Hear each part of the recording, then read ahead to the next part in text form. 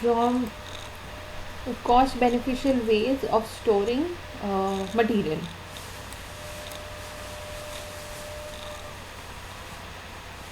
Okay, so MRP or material requirement planning helps us to identify or recognize whenever there is a need arising in the organization for ordering more material. Okay, material, what we mean here is basically raw material. The raw material is ordered when there is a requirement for more raw material, or the stock that was present in the factory has touched the minimum requirement level. Okay, so MRP is a system that keeps or maintains the stock levels. Okay, so it as soon as the stock level have reached the minimum level, they inform the managers for ordering new batches of the raw material. Okay, then next is linear programming. Linear programming assists in solving problems which involve allocation of limited resources and evaluation of alternatives to achieve objectives. So linear programming is a technique that is used in statistics basically and computer systems. Here we try to solve problems, we try to find out alternative ways in which we can solve a problem, or basically it helps in allocation of resources, which opportunity or which product requires the maximum amount of resources. And it is not just based on requirement, it is also based on the returns that that product is giving. For example, as we have already earlier also I've given you this example that the brand Maggi, the what we refer to as Maggi is a product of Maggi. Maggi is the name of the company, and it produces 2-minute instant noodles, which is very popular. Okay, so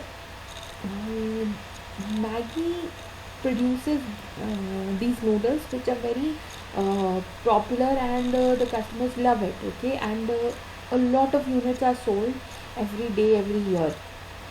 So but Maggi also produces other products, like it produces chicken and vegetable stock cubes.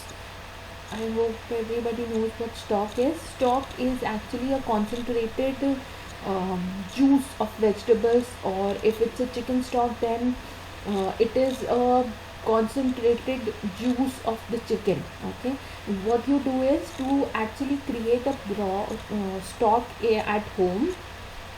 People can boil vegetables in water for long time, and then they sieve it.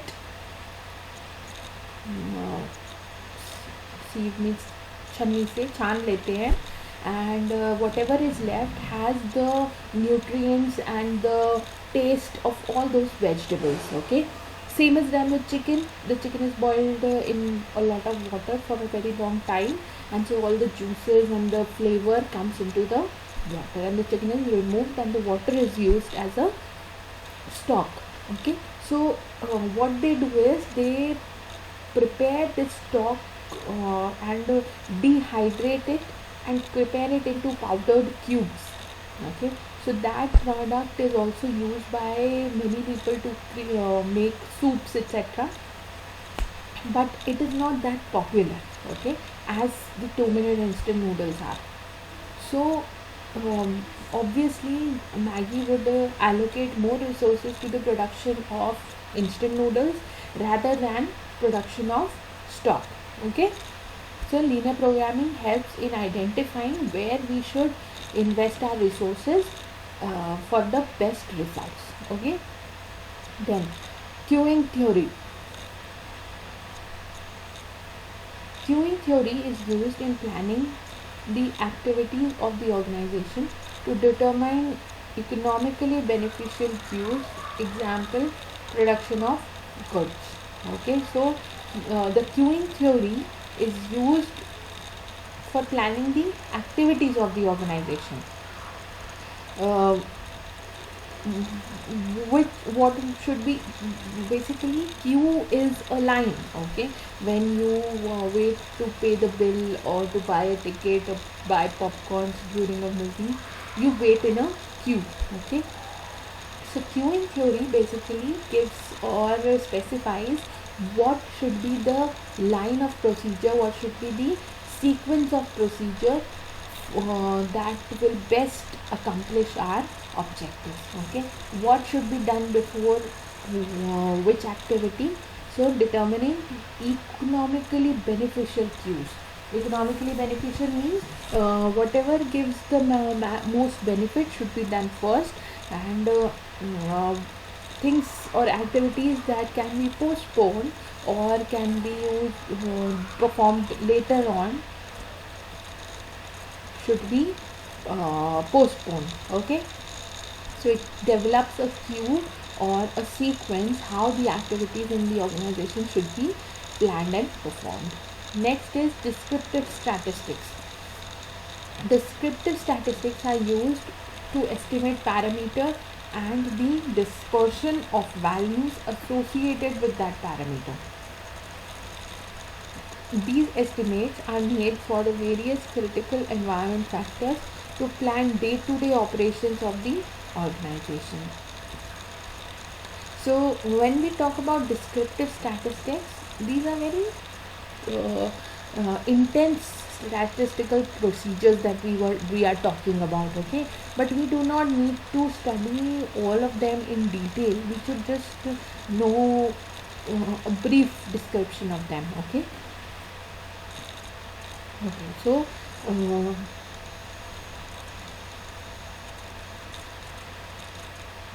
uh, so in descriptive statistics, we basically calculate or identify the dispersion of variables related to or values related to a particular parameter. A parameter can be um, any kind of element of the business, any kind of factor that affects the business, and we see or we try to find out what are the things that are associated or will change depending on the parameter. For example, let's say production. Okay, if we start the production of a new product, what all things will have to be impacted or changed because of the production of this new product. Okay, so this is what descriptive statistics is. Then correlation analysis, we try to judge or calculate the relationship between values for particular parameters. So two parameters are compared and their relationship is judged. Does one impact the other? Does it impact positively or negatively? For example, let's say demand and price. You may have studied about price and demand correlation uh, in economics. So price change, whenever we change the price of a product, the demand immediately changes, but there is a negative relationship. If we increase the price, the demand will fall, and if we decrease the price, the demand rises. Okay, so that is a correlation between the demand and price of a product. Such parameter values describing current conditions. Next we come to variance analysis. Now, variance analysis is used to describe variance between two or more values or variables. So variance means the variation or the difference between two parameters. So we can see the difference between the sales of two products, like when we were talking about Maggi, the instant noodles and the soups produced by Maggi, the sales can be compared, which product is giving more sales and which is uh, selling less. Okay, so that can be found out by variance analysis. Then network analysis is a pictorial tool for identifying the sequencing tasks. Those analysis uh, help managers to in controlling tasks necessary for successful operation of the organization. So network analysis tool is a pictorial tool. It is based on pictures. So pictorially we try to identify, or we try to specify how an activity in an organization is performed. For example, like this can be a sort of a network analysis. We can diagrammatically we are representing what is the flow of data and how the user interacts with the data program. Okay, so that is the network analysis. Then, so here we can find out the various operations being performed in an organization. In a big company, in a huge factory, it is difficult to know every flow of product. So pictorial representation helps us in judging from where the product is coming and from and where it will go next. Okay, then transportation problems. Transportation problems are used for planning and distribution of various facilities and resources. So here we try to judge where the most amount of problem solving is required. We try to solve these.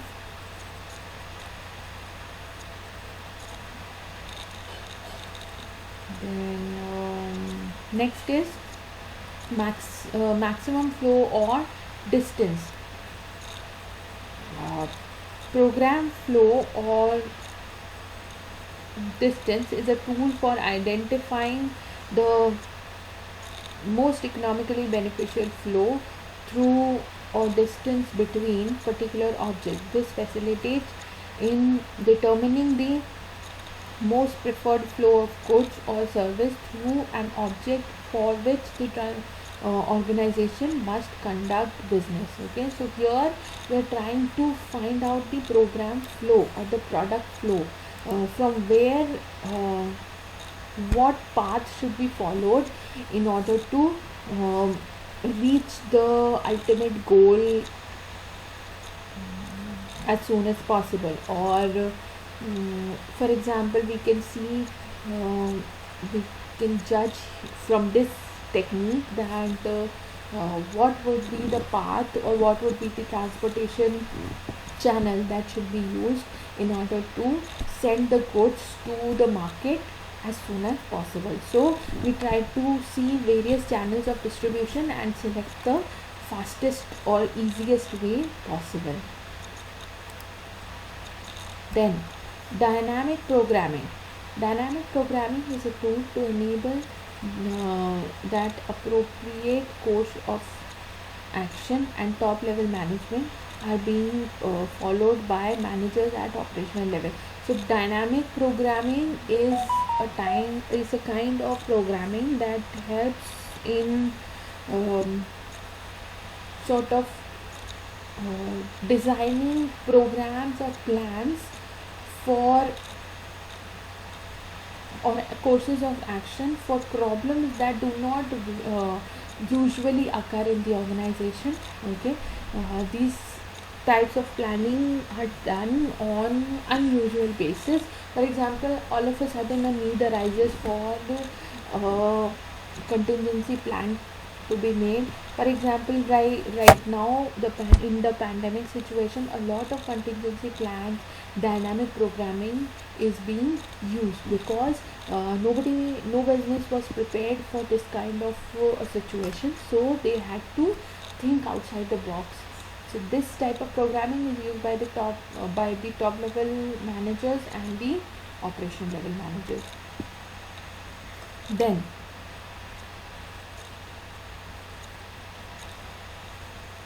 regression analysis. The regression analysis can be used to estimate particular values on the basis of known values of for variables.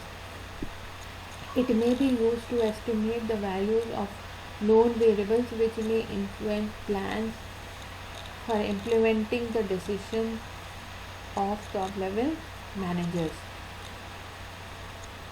So here we try to judge what would be the most closest, what would be the most favorable value, or we try to estimate the values of these variables and plan accordingly. Okay, for example, we can try to estimate the various prices at which our product can be sold, and based on those estimates we try to create the further plans, okay, and implement them. If there is a problem, we try to change those plans, okay, or change the price level. Markov processes. Markov processes are tools used to determine global association with the occurrences of the related to uh, changing probabilities of particular object. These global possibilities can then be used to determine more appropriate courses of action for the organization. So here what we are trying to do is here basically up till now we were trying to design various alternative courses of actions for the organization to operate in the domestic environment, but Markov processes helps us in planning for the global association. We can plan or see the impact of our planning on the global market. Okay, how will my product be perform on in the global market, in the global scenario. Okay, so these are some of the decision support tools that are listed. Okay, you do not need to get into details because these are huge um, topics. Okay, almost entire subjects or chapters can be covered about each of these processes. Okay, so you do not need to get into too much detail. Just um, get an idea of what they actually do, and that is enough. Alright, next we will study the structures of MIS. Okay, so this is the beginning of the third, I think the third unit. Alright, so we have finished the second unit up till now, and in the next class we'll start with the third unit. So the third unit comprises of the structures of MIS. Now structures of MIS are divided into four parts: operating elements, decision support system, management activity, and organizational function. So we have covered these two up till now. We did study the operating elements and the decision support system. So these two are left. So we'll study in this unit. Okay. Anybody has any doubt, or we'll end the class here.